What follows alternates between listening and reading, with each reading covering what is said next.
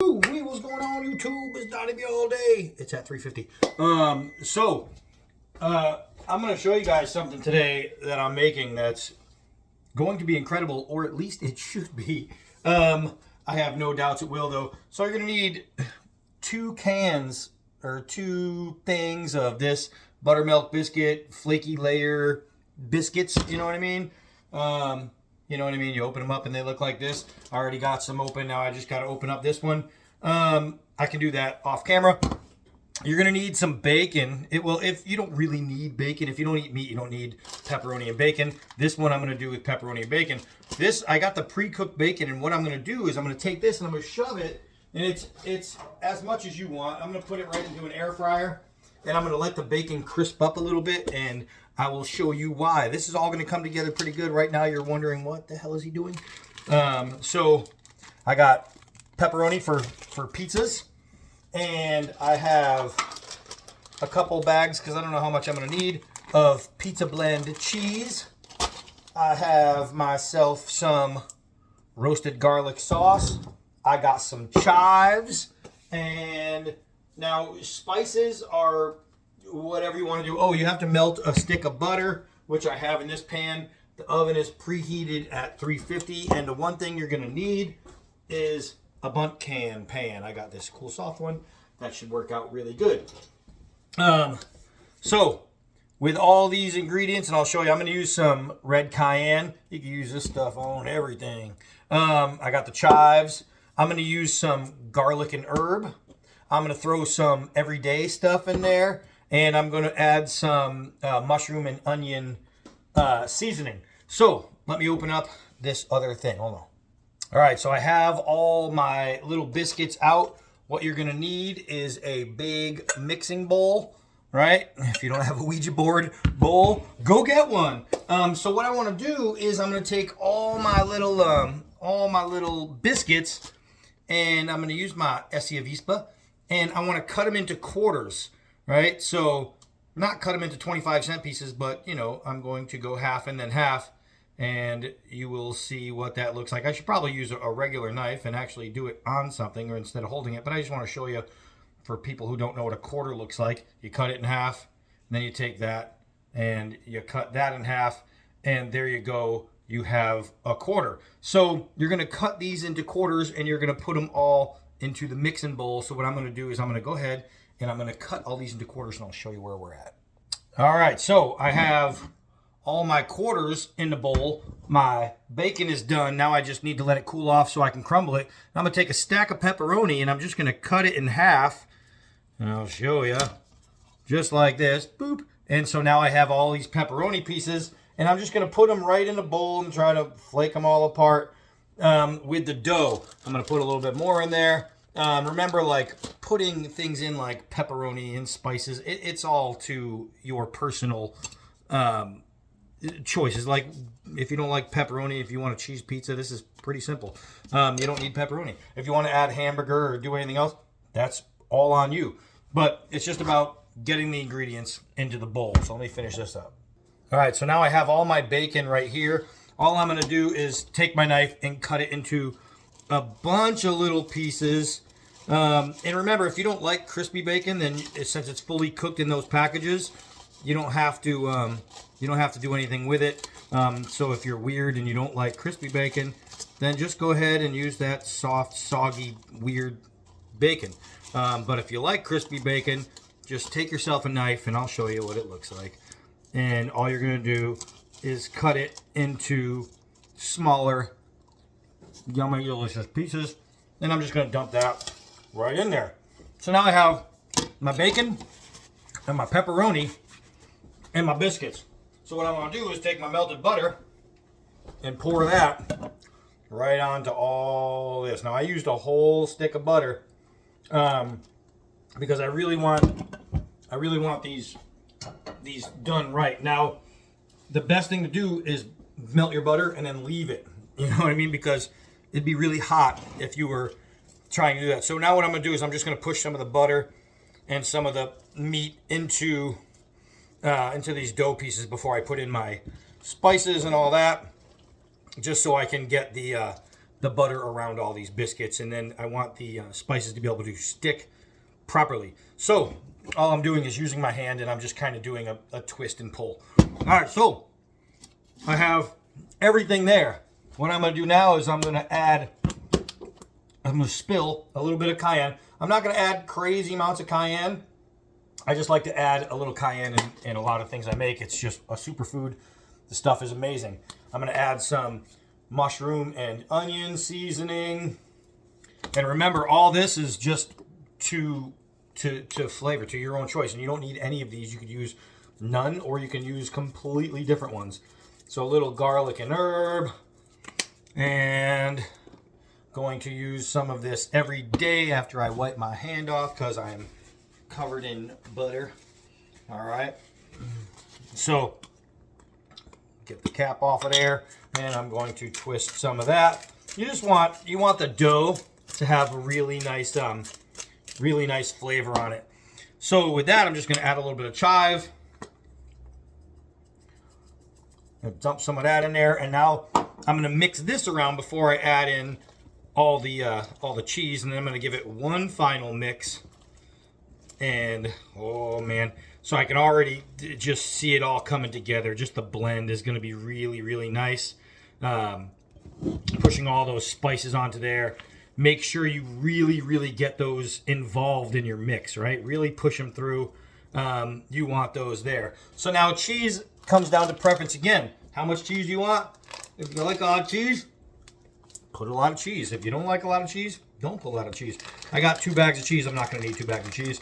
What I'm going to do is I'm just going to eyeball it and put a bunch of cheese in there. And when I feel like I have enough cheese, then I'll have enough cheese. All right, so I'm going to put a little bit in there.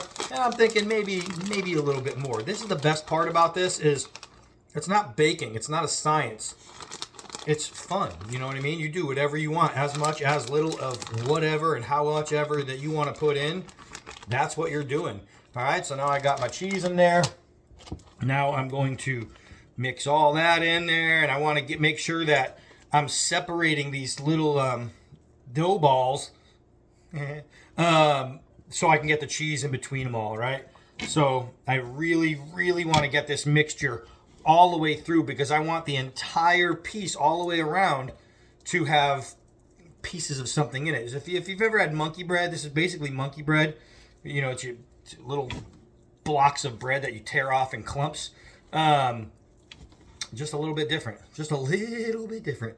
So now you can see my mixture is looking pretty good. All I'm doing is just mash and smash, man. Just get it all in there. Move it all around. Make sure there's something everywhere. I don't want one area that's got everything and then one area that has nothing. So I want to make sure it's all the way around the board. And now I'm going to take my bundt cake mold, and I'm just going to start filling pieces in all the way around. And you want to try and get it as level or even as possible because you're going to bake this thing, and when it comes out, you got to pour it upside down, and it has to stand on its own, and you will all see. So here we go. Now, I'm not exactly sure how long I should leave it in the oven, and that's one of the good things about being able to open an oven and look, is you're going to be able to figure it out. You're going to be able to take a peek and check, and you'll be able to eyeball if it's all done. All right, so I'm just going to get this final little bits of pieces in there, and I should be good. And remember, these things rise, so if it looks like you're not filling it up, don't worry about it. It's going to swell when it's in there, and all should be good. So that's it. My stuff is good and well in there. I am going to just take a little, maybe a pizza pan, put my bundt cake pan on top of the pizza pan, and I'm just going to put it right in the oven. So I'm at 350. So as soon as it looks done, I'll show you. Hold on. Okay, so that stuff is looking really good. It's been in there for, I don't know, almost 10 minutes. So now the sauce. It's like, well, okay, so what do you do with the sauce? Sauce you can have cold or hot. If you prefer to heat it, all you have to do is stick it in a little pan, put it on the fire, and heat it. What do you need the sauce for? Well, since we didn't put any sauce in there or on there, just fill a little cup and you can use it for dipping. That's what the sauce is for. That's it. So literally everything that we just did is the whole meal. This is just a bonus. Bonus. We got the roasted garlic, botticelli. It's so nice. So nice. All right, hold on. Okay, so I just pulled it out. It's been a little over 15 minutes. And it's almost done. I just want to make sure the middle's cooked. So what I'm doing is some of the butter that had boiled up, all I'm doing is taking a little brush and brushing the butter on the top so the top doesn't burn. I'm going to stick it back in there, maybe for another few minutes, just to get the inside dough, I want to make sure is fully cooked. It's got to be cooked. All right, so I'm thinking it's done. I'm going to flip this around. Check this out. Check this out. Oh, that looks so good. The cheese just stretching out there. So what I'm going to do is I'm going to flip it. I'm going to see if it's fully cooked. If it's not, what I'm going to do is I'm going to keep it placed on the cookie sheet and turn it upside down. And if this part down here is not cooked, flipping it upside down, I'll put it back in. It'll cook real fast. So hold on. Let's check it out.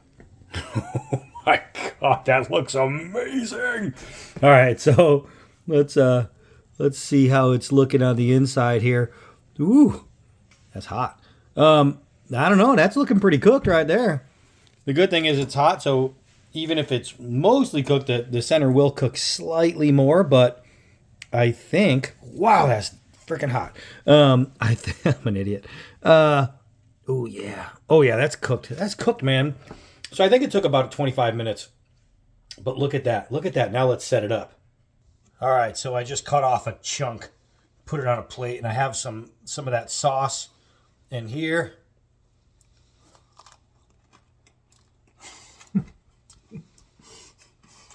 Hot damn. Holy crap. Guys, girls, ladies, gents. Holy moly. Wow. This is amazing. So think about it. You could do this with pretty much anything.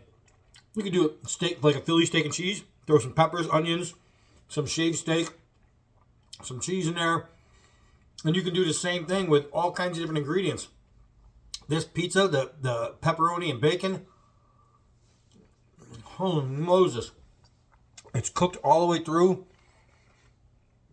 This thing is freaking delicious. All right, so this came out great. This was an absolute winner. Absolute winner. Holy crap. Again, something worth trying. Look through some of my playlist, my Good Eats playlist. There's all kinds of food options on there. This thing, I knew it was going to be good. I didn't know it was going to be this good. I'm not going to lie to you. I was like, it should be pretty good. It should kind of taste pizza-y a little bit.